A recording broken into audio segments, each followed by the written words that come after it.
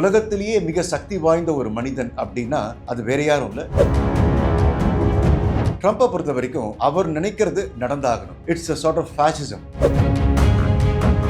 Donald ட்ரம்பை பொறுத்த வரைக்கும் யாரெல்லாம் எந்த நாடெல்லாம் அவருக்கு கன்செஷன்ஸ் அதாவது சலுகைகள் அதிகம் கொடுக்குறாங்களோ அந்த நாட்டு மேல இப்ப ட்ரம்ப் பேசின ஒரு விஷயம் அப்படின்னு நீங்க கேட்டீங்கன்னா பாகிஸ்தான் மேலேயும் இந்தியா மேலேயும் இன்னைக்கு இருக்கக்கூடிய காலகட்டத்தில் இன்னைக்கு இருக்கக்கூடிய அரசியல்ல மோடியை பொறுத்த வரைக்கும் ஏன் சொல்ல போனா மத்திய அரசாங்கத்தை பொறுத்த வரைக்குமே மல்டி அலைன்மெண்ட் பாலிசி அப்படின்றது தான் வந்து ரொம்ப முக்கியமா இருக்கு. உலகத்துல இன்னைக்கு நிறைய சூப்பர் பவர்கள் இருக்கு. அன்னைக்கு யூஎஸ் ரஷ்யா மட்டும்தான் இருந்தது. ஈவன் சைனா கூட அப்ப கிடையாது. ஆனா இன்னைக்கு பாத்தீங்கன்னா ட்ரம்ப் என்ன ஆசைப்பட்டார்னா நான் சொன்னா மோடி உடனே செய்யணும். ஒருவேளை பாகிஸ்தான் வந்து இந்தியா மேல போர் தொடுத்தா இந்தியா எந்த நேரத்திலையும் எந்த நிலையிலையும் அதை சந்திக்க தயாராயிருக்கு அப்படின்னு ஊர்ஜிதமா சொல்லியிருக்காங்க. ரிஃப்ளெக்ட் நேயர்களுக்கு வணக்கம். நான் உங்க நிரஞ்சன் பேசுறேன். தொடர்ந்து ஜியோ பாலிடிக்ஸ் அதாவது உலக அரசியலை பத்தி நான் நிறைய விஷயங்கள் சொல்லிக்கிட்டே வரேன். அந்த வகையில இன்னைக்கு நாம பார்க்க போறது ரொம்ப சிம்பிளான ஒரு கொஸ்டின். அதை பத்தி தான் இப்ப நான் உங்ககிட்ட பேச போறேன். கொஸ்டின் என்ன அப்படின்னு பார்த்தீங்கன்னா, what does Trump want from India? அதாவது அமெரிக்கன் அதிபர் டொனால்ட் ட்ரம்ப்புக்கு இந்தியா கிட்ட இருந்து என்ன விதமான எதிர்பார்ப்பு இருக்கு? இதை தான் இன்னைக்கு நாம பேச போறோம்.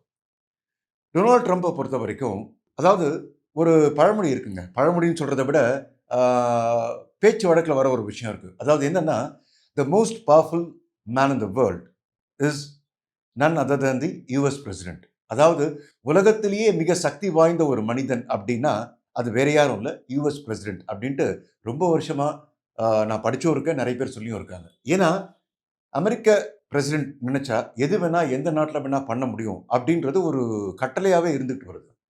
இதனுடைய முழு கரு பொருளுமே டொனால்ட் ட்ரம்ப்னு சொன்னா அது நிச்சயமா மிகையாகாது. இப்போ நான் சொல்ல போகிற விஷயத்துக்கு அப்புறம் எந்த வகையில் அமெரிக்கா இந்தியாவுக்கு உதவி செய்யும் இல்லை இந்தியாவுக்கு துணையாக இருக்குன்றத மக்களாகிய நீங்கள் தான் முடிவு பண்ணணும். என்ன அப்படின்னு பார்த்தீங்கன்னா, இப்போ நான் ஒரு கொஞ்சம் நாளைக்கு முன்னாடி கிட்ட ஒரு விஷயம் சொல்லியிருந்தேன். அதாவது பங்களாதேஷுக்கும் அமெரிக்காவுக்கும் இருக்கக்கூடிய டையை பற்றி பேசியிருந்தோம். அந்த வகையில் இப்போ பார்த்தீங்கன்னா ட்ரம்ப்பை பொறுத்த வரைக்கும் ஒரு விஷயத்தில் அதாவது இப்போ நான் சொன்ன கருத்தில் ரொம்ப ஆழமாக இருக்கார். அதாவது அவர் நினைக்கிறது நடந்தாகணும். It's a sort of fascism. அதாவது நான் என்ன நினைக்கிறேனோ அது வந்து எனக்கு கிடைச்சிடணும், நான் என்ன நினைக்கிறேனோ அது நடந்துடணும். இதுல ட்ரம்ப் ரொம்ப ஆழமா இருக்கார். ஏன்னா அவர் அந்த வரியை ரொம்ப நம்புறார். The most powerful man in the world is the US president. இப்போ வர்த்தக முறையில் இது எப்படின்னு பார்ப்போம். அதாவது பை மீன்ஸ் ஆஃப் ட்ரேட் அப்படின்னு பார்த்தீங்கன்னா டொனால்ட் ட்ரம்பை பொறுத்த வரைக்கும் யாரெல்லாம் எந்த நாடெல்லாம் அவருக்கு கன்செஷன்ஸ் அதாவது சலுகைகள் அதிகம் கொடுக்குறாங்களோ அந்த நாட்டு மேல அதாவது அந்த நாட்டினுடைய இம்போர்ட்டோ இல்லை வர்த்தக ரீதியாகவோ எந்த விதமான ஒரு டாரிஃப் அதாவது தண்டனைன்னு சொல்லலாம், இல்லை ஒரு கட்டாயம்னு சொல்லலாம், அந்த மாதிரி ஒரு விஷயத்தை அவர் கொண்டு வரதில்லை. அந்த வகையில் பார்த்தீங்கன்னா முதல்ல நாம் பார்க்க வேண்டியது ஜப்பான். ஜப்பான் வந்து அரிசி நிறைய விளையும். அதையும் மீறி ஜப்பான் வந்து யூஎஸ் அமெரிக்கா கிட்ட இருந்து அரிசி வாங்குறதா சொன்ன உடனேயே ஜப்பானுடைய இம்போர்ட்ஸ் அதாவது யூஎஸ் ஜப்பான்ல இருந்து வாங்கக்கூடிய பொருட்கள் மேல எந்த விதமான வரி ஏய்ப்போ அவர் வந்து விதிக்கல, அதாவது டாரிஃப். அடுத்தது யூரோப். கிட்டத்தட்ட $750 பில்லியன் உண்டான இன்வெஸ்ட்மெண்ட்டை யூரோப் நாடுகள் யூஎஸ்ல பண்றதா வாக்குறுதி கொடுத்ததுனால யூரோப்ல இருந்து வரக்கூடிய விஷயங்கள் வர்த்தக ரீதியா ட்ரம்ப் எந்த விதமான நடவடிக்கையும் எடுக்கல. அடுத்தது கத்தார். கத்தார் கிட்டத்தட்ட $240 பில்லியன் எனர்ஜி வாங்குறதா ப்ராமிஸ் பண்ணியிருக்காங்க.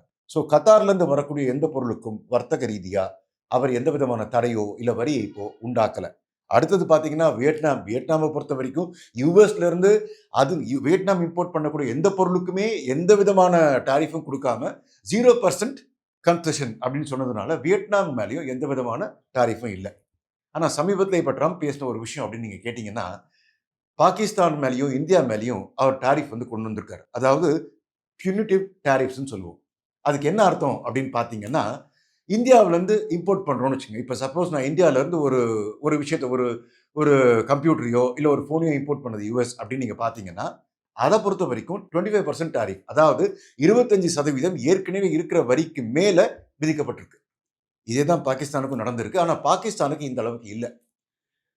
அதுக்கு என்ன காரணம் அப்படின்னு பார்த்தீங்கன்னா ரொம்ப வருஷமாவே அதாவது சுதந்திரத்துக்கு அப்புறமே அமெரிக்காவுக்கும் பாகிஸ்தானுக்கும் நிறைய டைப்ஸ் இருக்கு. போர் விமானங்கள் நிறைய அமெரிக்கா வந்து பாகிஸ்தானுக்கு கொடுக்கப்பட்டிருக்கு. அதனால பாகிஸ்தானை பொறுத்த வரைக்கும் அமெரிக்கா எப்பவுமே அந்த பக்கம் ஒரு ஒரு சாஃப்ட் கார்னர் இருந்துகிட்டே தான் இருக்கு. ஆனா இந்தியாவை பொறுத்த வரைக்கும் அப்படி இல்லை. மோடி பதவி ஏற்றதுக்கு அப்புறம் பல தடவைகள் மோடி வந்து ட்ரம்ப்பை சந்திச்சிருக்காரு. அதனுடைய விளைவு இந்தியா பக்கம் இப்போ அமெரிக்காவோட பார்வை திரும்பினாலும் எந்த அளவுக்கு அது இந்தியாவுக்கு சாதகமா இருக்கும் அப்படின்றது வந்து it's a million dollar question. அப்படிதான் நம்ம சொல்ல முடியும். ஏன்னா நேருடைய பன்ஷியல் பாலிசி எடுத்துக்கிட்டாலும் மோடி அதை வந்து ஃபுல்லா ஃபாலோ பண்ணல. இன்னைக்கு இருக்கக்கூடிய சூழல்ல, இன்னைக்கு இருக்கக்கூடிய காலகட்டத்தில், இன்னைக்கு இருக்கக்கூடிய அரசியல்ல மோடியை பொறுத்த வரைக்கும், ஏன் சொல்லப்போனா மத்திய அரசாங்கத்தை பொறுத்த வரைக்குமே மல்டி அலைன்மெண்ட் பாலிசி அப்படின்றது தான் வந்து ரொம்ப முக்கியமா இருக்கு. நேருவோட காலகட்டத்தில் நான் அலைன்மெண்ட் பாலிசி அப்படின்றது இருந்தது. அது அப்போதைய காலகட்டத்துக்கு அது தேவை. ஆனா இன்னைக்கு இருக்கக்கூடிய காலகட்டத்தில் நிச்சயமா அது தேவையில்லை. இன்னைக்கு மல்டி அலைன்மெண்ட் தேவை. ஏன்னா உலகத்துல இன்னைக்கு நிறைய சூப்பர் பவர்கள் இருக்கு. அன்னைக்கு யூஎஸ், ரஷ்யா மட்டும்தான் இருந்தது. ஈவன் சைனா கூட அப்ப கிடையாது. ஆனா இன்னைக்கு பாத்தீங்கன்னா இந்தியாவும் one of the super powers அப்படின்ட்டு பின்லாண்டோட பிரசிடென்ட் சொல்லியிருக்காரு. அவரு அவரு பேட்டி கொடுக்கும்போது என்ன சொன்னார்னா, இந்தியா தான் அடுத்த சூப்பர் பவர் அப்படின்னு ஒரு வார்த்தையை அவர் விட்டுருக்காரு. ஸோ அந்த அளவுக்கு இன்னைக்கு நிறைய சூப்பர் பவர்ஸ் வரணும், வந்திருக்காங்க அப்படின்றதுனால நம்மளுடைய பிரதமர் மோடியினுடைய மல்டி அலைன்மெண்ட் பாலிசி தான் இன்னைக்கு நிறைய இடங்களில் இந்தியாவை காப்பாற்றிட்டு இருக்குன்றது பொதுவாக சொல்லப்படுற ஒரு கருத்து. இதுல பாத்தீங்கன்னா யுஎஸ் எப்படி இந்தியாவை பார்க்குது அப்படின்னா, இப்போ அவர் ஒரு விஷயம் சொன்னார். அதாவது ரஷ்யா உக்ரைன் வாரை தடுக்கணும் அப்படின்னா, நீங்க ரஷ்யாவில இருந்து வாங்கக்கூடிய ஆயிலை வந்து ஸ்டாப் பண்ணிடுங்க. வாங்காதீங்க அப்படின்னார். ஆனா மோடி என்ன பண்ணாரு? மோடி எக்காரணத்தை கொண்டும் நான் அதை நிறுத்த முடியாது. ஏன்னா ரொம்ப காலமா ரஷ்யாவுக்கு எங்களுக்கு இருக்க டைப் இருக்கு. அடுத்தது பார்த்தீங்கன்னா எனக்கு ரஷ்யாவும் வேணும். அமெரிக்காவுக்காக நான் ரஷ்யாவை விட்டு கொடுத்துட முடியாது. அதனால ரஷ்யாவிலிருந்து வாங்கக்கூடிய எரிபொருளை அவர் வந்து குறைச்சிருக்காரு. ஆனா அதே சமயத்துல அமெரிக்கால இருந்து அவர் வாங்கியிருக்காரு. க்ரூட் ஆயில்ல 2 விதம் இருக்கு. Brent crude oil and WTI அப்படின்ற 2 விதம் இருக்கு. இந்த பிரண்ட் அப்படின்றது வந்து சர்வதேச தரம். ஆனா இந்த WTI அப்படின்றது வந்து கொஞ்சம் விலை கம்மியே தவிர, தரமை பொறுத்த வரைக்கும் அது வந்து ஒரு 95% அப்படின்னு நம்ம எடுத்துக்கலாம். ஆனா ட்ரம்ப் என்ன ஆசைப்பட்டார்னா, நான் சொன்னா மோடி உடனே செய்யணும். இதை வந்து அவர் பல நியூஸ் சேனல் இது வந்திருக்கு. நான் சொன்னேன், இந்த மாதிரி ரஷ்யால இருந்து ஆயில் வாங்காதீங்க. மோடி வந்து அதுக்கு ஒத்துக்கிட்டாரு அப்படின்னு ட்ரம்ப் வந்து நிறைய தடவை சொல்லியிருக்காரு. ஆனா அது உண்மை இல்லை. நம்முடைய பாரத பிரதமர் மோடி அவர்கள் அதுக்கு ஒத்துக்கல. நான் எங்க, அதாவது இந்தியா எந்த இடத்துல இருந்து என்ன வாங்கணும், என்ன செய்யணும் அப்படின்றத இந்தியா தான் முடிவு பண்ணணும், இந்தியர்கள் தான் முடிவு பண்ணணும் அப்படின்றத ரொம்ப ஆணித்தனமா நம்முடைய பிரதமர் மோடி வந்து நின்றுருக்கார். இது பாராட்டப்பட வேண்டிய விஷயம். உண்மையிலேயே இந்தியர்களுக்கு பெருமை சேர்க்கக்கூடிய ஒரு முடிவு அப்படின்னு தான் நான் என்னை பொறுத்த வரைக்கும் சொல்லுவேன். ஆக இது அத்தனையுமே நீங்க வச்சு பாத்தீங்கன்னா, பங்களாதேஷோட அவருக்கு இருக்க டைப், பாகிஸ்தானுக்கு அவருக்கு இருக்கக்கூடிய டைப், அதே சமயத்துல சைனா வந்து இந்தியன் ஓஷனுக்குள்ள வரவே கூடாது அப்படின்ற எண்ணம். இது அத்தனையுமே பாத்தீங்கன்னா இந்தியாவுக்கு எந்த வகையிலுமே சாதகமா இல்லை. நம்முடைய பிரதமர் மோடி அவரை சந்திக்கிறாங்க, பேசுறாங்க. அவர் பலவிதமான விஷயங்கள் பண்ணாலும் பாகிஸ்தான் மேல விதிக்கப்பட்ட அளவு கூட இந்திய இம்போர்ட்ஸ் மேல ஒரு டாரிஃப் அதிகமா விதிக்கப்பட்டிருக்கு. ஆக அமெரிக்காவை பொறுத்த வரைக்கும் இந்தியா அப்படின்றது மோடியினுடைய பாயிண்ட் ஆஃப் வியூ, அதாவது மோடியினுடைய கண்ணோட்டத்தில் எப்படி இருக்குன்னா, வருங்காலத்துல என்னுடைய விரோதி அப்படின்னு தான் சொல்லியிருக்கார். A strategic rival in the future. These were the words of Donald Trump at a press conference. அடுத்தது பார்த்தீங்கன்னா ரெனகேட் பார்ட்னர். கூடிய சீக்கிரத்தில் இந்தியாவும் சூப்பர் பவர் ஆயிடும். ஸோ அவர் வந்து என்ன பொறுத்த வரைக்கும் இந்தியா அப்படின்றது ரெனகேட் பார்ட்னர் அப்படின்ற அளவுக்கு ஒரு விஷயத்தை ஓப்பனாவே, அதாவது பகிரங்கமாவே மோடி பத்திரிகை சந்திப்பப்ப தெரிவிச்சிருக்காரு. இதுல இருந்து நம்ம என்ன முடிவுக்கு வர முடியும்? அமெரிக்காவை பொறுத்த வரைக்கும் இந்தியா அமெரிக்கா அப்படின்னு பார்த்தீங்கன்னா, இந்தியாவை பொறுத்த வரைக்கும் அமெரிக்காவுடைய நிலை அப்படின்றது வந்து கேட் ஆன் த வால் அல்லது ஃபிங்கர்ஸ் கிராஸ்ட் அப்படின்னு சொல்லலாம். அதாவது ஒரு மதில் மேல் பூனை தான். வலது பக்கமும் பாயலாம், இடது பக்கமும் பாயலாம். ஏன்னா அவர் எப்போ இந்தியா மேல டாரிஃப் விதிச்சாலோ அதே சமயத்தில் பாகிஸ்தான் மேலும் டாரிஃப் விதிச்சிருந்தாலும் அவர் பாராட்டியும் பேசியிருக்கார்.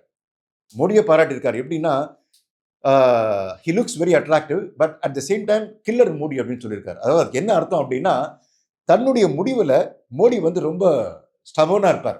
அவர் எடுத்த முடிவு வந்து மாற்ற முடியாது. அந்த வகையில் அவரையும் நான் பாராட்டுறேன் அப்படின்னு சொன்ன அதே சமயத்தில் பாகிஸ்தான் பிரதமரையும் ட்ரம்ப் வந்து பாராட்டியிருக்கார்.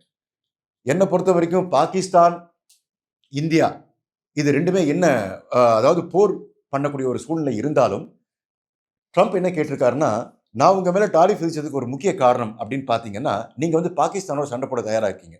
அதே சமயத்தில் பாகிஸ்தானுக்கு என்ன சொல்லியிருக்காருன்னா, நீங்க இந்தியாவோட சண்டை போட தயாரா இருக்கீங்க. அதனால தான் உங்க நாட்டில் இருந்து வரக்கூடிய வர்த்தக ரீதியாக நான் டாரிஃப், அதாவது சில வரி ஏய்ப்பு விதிச்சிருக்கேன் அப்படின்னு சொல்லியிருக்காரு. இதுக்கு மோடி என்ன பதில் சொல்லியிருக்காரு அப்படின்னு பார்த்தீங்கன்னா, ஒருவேளை பாகிஸ்தான் வந்து இந்தியா மேல போர் தொடுத்தா இந்தியா எந்த நேரத்திலையும் எந்த நிலையிலையும் அதை சந்திக்க தயாரா இருக்கு அப்படின்னு ஊர்ஜிதமா சொல்லியிருக்கார். இந்த பாகிஸ்தானுக்கும் இந்தியாவுக்கும் நடந்த காலகட்டத்தில் பார்த்தீங்கன்னா, அதாவது ஏப்ரல் 22ல இருந்து ஜூன் 17 வரைக்கும் அமெரிக்காவுக்கும் இந்தியாவுக்கும் எந்த விதமான ஃபோன் தொடர்பும் இல்லை. அமெரிக்கன் வைஸ் பிரசிடென்ட் வெயின்ஸ் மட்டும் பேசியிருக்காரு. என்ன சொல்லியிருக்காருன்னா, இதுதான் சொல்லியிருக்காரு. அதுக்கு தான் மோடி இந்த பதில் கொடுத்திருக்காரு. அதாவது நீங்க இப்படியே பண்ணீங்கன்னா பாகிஸ்தான் நிச்சயமா போர் தொடுக்க வாய்ப்பு இருக்குன்னு சொன்னதுக்கு தான் மோடி வந்து பாகிஸ்தான் என்ன பண்ணாலும் அதை எதிர்கொள்ள இந்தியா தயாரா இருக்கு. எங்களுடைய நாட்டு பிரச்சனையில மற்ற நாடுகள் தலையிடுறத இந்தியா விரும்பல அப்படின்றத ஆணித்தனமா நிலைநிறுத்தி பேசியிருக்கார். ஆக அமெரிக்கா இந்தியாவுக்கு எந்த வகையில சாதகமா இருக்கும், எந்த வகையில பாதகங்களை உண்டு பண்ணுன்றத காலம்தான் பதில் சொல்லும். நன்றி, வணக்கம்.